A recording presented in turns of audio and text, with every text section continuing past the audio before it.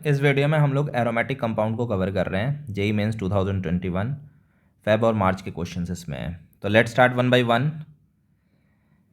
पहला क्वेश्चन है, in the following reaction the reason why meta nitro product is also formed. देखो question simple सा ये कह रहा है कि ये एक एक्टिवेटिंग ग्रुप है क्योंकि इसके पास लोन पेयर है, और हमें पता है एक एक्टिवेटिंग ग्रुप क्योंकि ये जो देगा ये NO2 प्लस देगा इलेक्ट्रोफाइल, ओके, कंसनट्रेट HNO3 और H2SO4। तो ये जो ग्रुप है ये एक्टिवेटिंग है, तो इसे तो ऑर्थो पैरा डायरेक्टिंग होना चाहिए, तो NO2 सिर्फ ऑर्थो पैरा पे लगना चाहिए। ये मेटा पे क्यों लग रहा है, इसी के बारे में ये पूछा है। तो इसका रीज़न ये होता है कि जब हम एसिडिक मीडियम लेते हैं, क्योंकि NH2 के पास लोन पेयर है और nitrogen with the lone pair base होता है, तो जब आप एसिडिक मीडियम लेते हो जो कि यहाँ पे है दो एसिड हैं, तो ये जो H प्लस है इसके लोन पेयर को प्रोटोनेट करता है, और जैसे ही लोन पेयर को प्रोटोनेट करता है ये जो NH2 है ये NH3 प्लस में कन्वर्ट हो जाता है पार्शियली।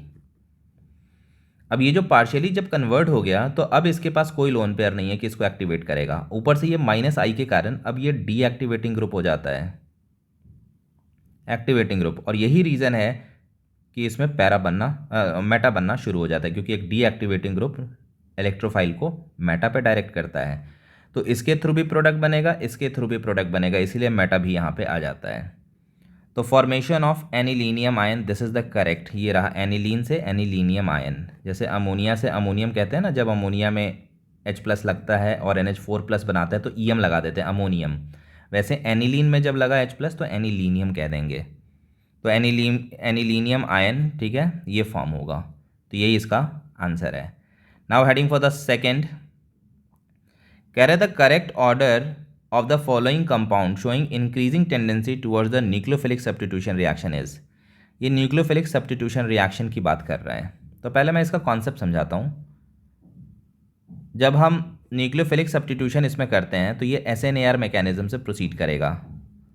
ये नॉर्मल कंडीशन में ये प्रोसीड करेगा ही नहीं, तो it will proceed with the mechanism. इसका जो होना है वो है SNAR। उसमें होता क्या है कि जब न्यूक्लियोफाइल आप लेते हो तो न्यूक्लियोफाइल इसके ऊपर अटैक करता है और इसको ओपन कर देता है। मैं कलर चेंज कर देता हूँ। इसको ओपन करते ही यहाँ पे माइनस आएगा, ये माइनस अब रेजोनेंस में फिर यहाँ पे भी जाएगा, फिर ये माइनस रेजोनेंस में फिर यहाँ पे भी जाएगा, और जैसे ही यहाँ पे आता है अगर NO2 प्रेजेंट है तो NO2 इसको एक्स्ट्रा रेजोनेंस बना के स्टेबलाइज करता है। हर जगह आप देख लो NO2 के साथ इसका एक एक्स्ट्रा रेजोनेंस होगा।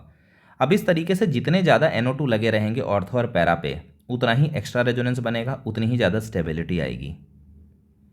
ओके, तो अगर स्टेबिलिटी ज़्यादा हो गई इंटरमीडिएट की, जो नेगेटिव यहाँ पे फॉर्म हुआ था अटैक करने के बाद, अगर उसकी स्टेबिलिटी ज़्यादा हुई तो रिएक्शन उतना ही फास्ट होगा। तो लेट स्टार्ट। इन तीनों केसेस में इसमें दोनों ऑर्थो और पैरा पे ग्रुप प्रेजेंट है, इसीलिए मोस्ट स्टेबल। यहाँ पे दो पोजीशन पे प्रेजेंट है NO2, तो ये इसके कंपेयर में थोड़ा सा कम। यहाँ पे एक पोजीशन पे है तो ये थोड़ा सा और कम, इसमें एक भी नहीं है, ये बहुत कम। तो इसीलिए जो ऑर्डर हो जाएगा वो ये ऑर्डर हो जाएगा 4 3 2 1। Third option is correct. अब आप कहो कि अगर इसकी जगह मेटा पे लगा हो तो मेटा तो कोई एक्स्ट्रा रेजोनेंस बना नहीं पाएगा, तो इसलिए मेटा पे अगर NO2 लगा होगा तो ये यूजलेस हो जाएगा। ओके, तो यही ऑर्डर हो गया। Now heading for the next, compound which will liberate carbon dioxide with sodium bicarbonate is. ये देखो, ये मेरे बहुत सारे वीडियो में आया है, मैं फिर से एक बार बता देता हूँ। NaHCO3 एंड NaOH टेस्ट, ये बहुत फेमस टेस्ट होता है। ओके, इसमें कॉन्सेप्ट ये होता है, पहले मैं एसिडिक स्ट्रेंथ का ऑर्डर लिखता हूँ। कार्बोक्सिलिक एसिड, इससे कम एसिडिक होता है कार्बोनिक एसिड H2CO3, यही CO2 है बेसिकली, H2O प्लस CO2 कह सकते हो इसे। इसके बाद आता है फिनॉल एसिडिक स्ट्रेंथ में, देन आता है वाटर, इसके बाद आता है एल्कोहल। ये है एसिडिक स्ट्रेंथ। अब कॉन्सेप्ट ये है कि एक रिएक्शन में एक स्ट्रॉन्ग एसिड से एक वीक एसिड फॉर्म हो सकता है, लेकिन एक वीक से स्ट्रॉन्ग नहीं फॉर्म होगा, वो नॉन स्पॉन्टेनियस हो जाएगा। तो देखते हैं, मान लो RCOH पहले हम लेते हैं, इसको हम NaHCO3 से ट्रीट करते हैं, तो रिएक्शन अगर होगा तो ये बनाएगा RCONa प्लस H2CO3, और ये जो H2CO3 है यही है H2O प्लस CO2 का रिलीज होना। अब अगर एसिडिक स्ट्रेंथ में देखें तो H2CO3 से ये स्ट्रॉन्ग एसिड है, तो ये रहा स्ट्रॉन्ग एसिड और ये रहा वीक एसिड, यानी ये रिएक्शन हो जाएगा। ओके, तो इसको हम ऐसे भी कह सकते हैं कि RCOH NaHCO3 में सॉलेबल हो जाएगा। और ऐसे ही अगर हम RCOH प्लस NaOH करें तो इसका जो प्रोडक्ट होगा RCONa होगा प्लस H2O होगा। अगेन H2O के कंपेयर में भी ये स्ट्रॉन्ग एसिड है, दिस इज स्ट्रॉन्ग एसिड और ये वीक एसिड, यानी ये भी हो जाएगा। यानी अगर कार्बोक्सिलिक एसिड हुआ तो दोनों में सॉल्युबल होगा। सिमिलरली फिनॉल का भी ऐसे आप रिएक्शन करा दो।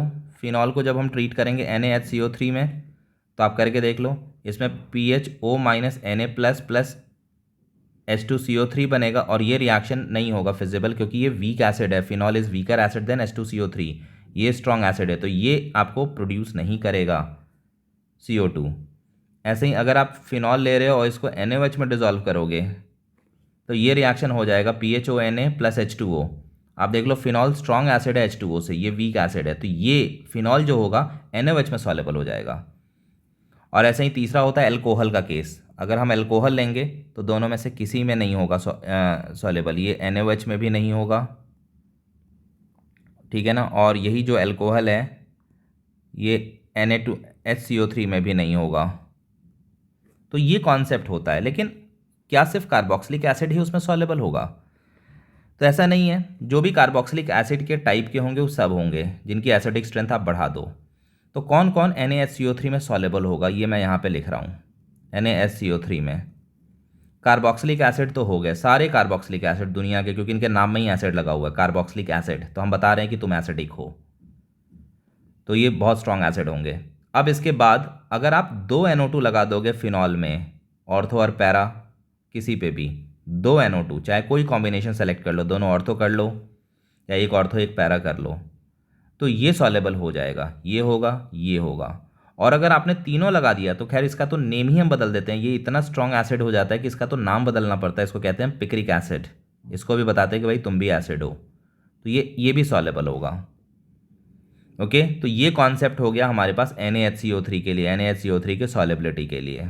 तो अब हम शुरू करते हैं। इसमें तो डायरेक्ट एसिड है और ये रहा ये पिक्रिक एसिड, तो ये भी सॉल्युबल होगा, ये भी सॉल्युबल होगा और H2CO3 देगा। और H2CO3 का एक्चुअल मतलब मैंने बता दिया, H2O प्लस CO2, जिसको कि हम कहेंगे CO2 रिलीज होना। तो वही इसने कहा था, liberate carbon dioxide with the sodium bicarbonate, तो जो भी सोडियम बाइकार्बोनेट से स्ट्रॉन्गर एसिड होगा, सोडियम बाइकार्बोनेट से जो बनने वाला है कार्बोनिक एसिड, उससे स्ट्रॉन्गर एसिड होगा, वो सॉल्युबल होंगे, तो ये दोनों हो जाएंगे। ये फिनॉल है, कोई एक्स्ट्रा इफेक्ट नहीं है, NH2 का कोई एक्स्ट्रा इफेक्ट नहीं होता है, तो इसीलिए ये नहीं होगा, क्योंकि ये इस बिरादरी में आएगा, वो सिर्फ NaOH में होगा सॉल्युबल, NaHCO3 में नहीं होगा। तो that's why B and C is correct option for this. Now heading for the fourth, कह रहा था major product of following reaction is, इस रिएक्शन का मेजर प्रोडक्ट क्या होगा?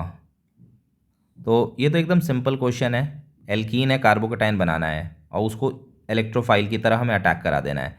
तो जो H+ होगा वो इधर और ये H+ इसके ऊपर अटैक करेगा, ये CH3 हो गया, दिस इज NO2 और यहाँ पे आ गया प्लस, ये प्लस जाएगा बेंजीन से अटैच हो जाएगा, ठीक है, इसको हम ES रिएक्शन कह रहे हैं। तो यही प्लस जाके बेंजीन से अटैच होगा और ये प्रोडक्ट आ जाएगा, यहाँ कनेक्शन हो जाएगा।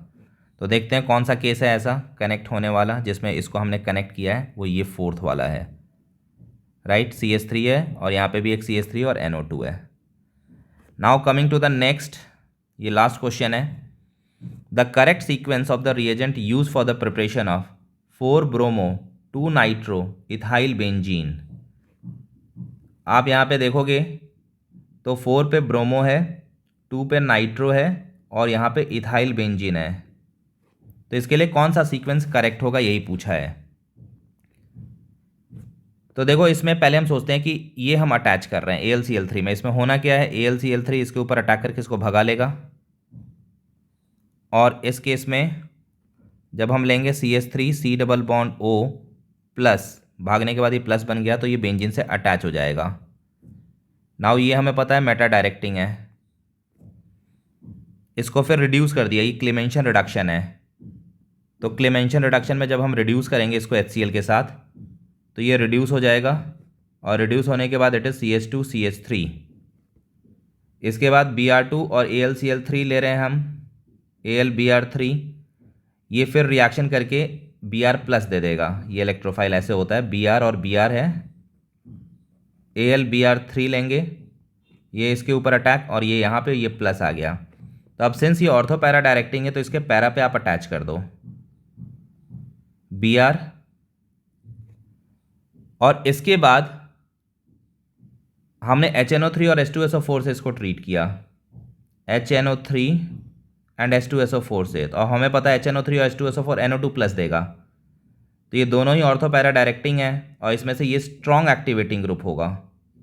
तो इसी स्ट्रॉन्ग एक्टिवेटिंग ग्रुप के कॉरस्पॉन्डिंग इसके ऑर्थो पे लग जाएगा, क्योंकि पैरा तो पहले से Br ने ऑक्यूपाई कर रखा है, तो इसके ऑर्थो पे लग जाएगा और हमें डिजायर्ड प्रोडक्ट जो कहा गया है वो मिल जाएगा। इसीलिए इस केस में सेकंड का सीक्वेंस करेक्ट मैच हो रहा है। बाकी आप सभी को इसी ढंग से वेरीफाई कर सकते हो सारे स्टेप को करके। सारे रिएजेंट मैंने बता ही दिया है। क्लेमेंशन रिडक्शन कीटोन ग्रुप को CH2 में कन्वर्ट करता है, तो वही इसने कर दिया है। And finally we have got the answer. तो इतने ही 5 क्वेश्चंस पूछे गए थे, तो पांचों को हमने यहाँ पे कवर कर लिया। Okay, thank you for watching.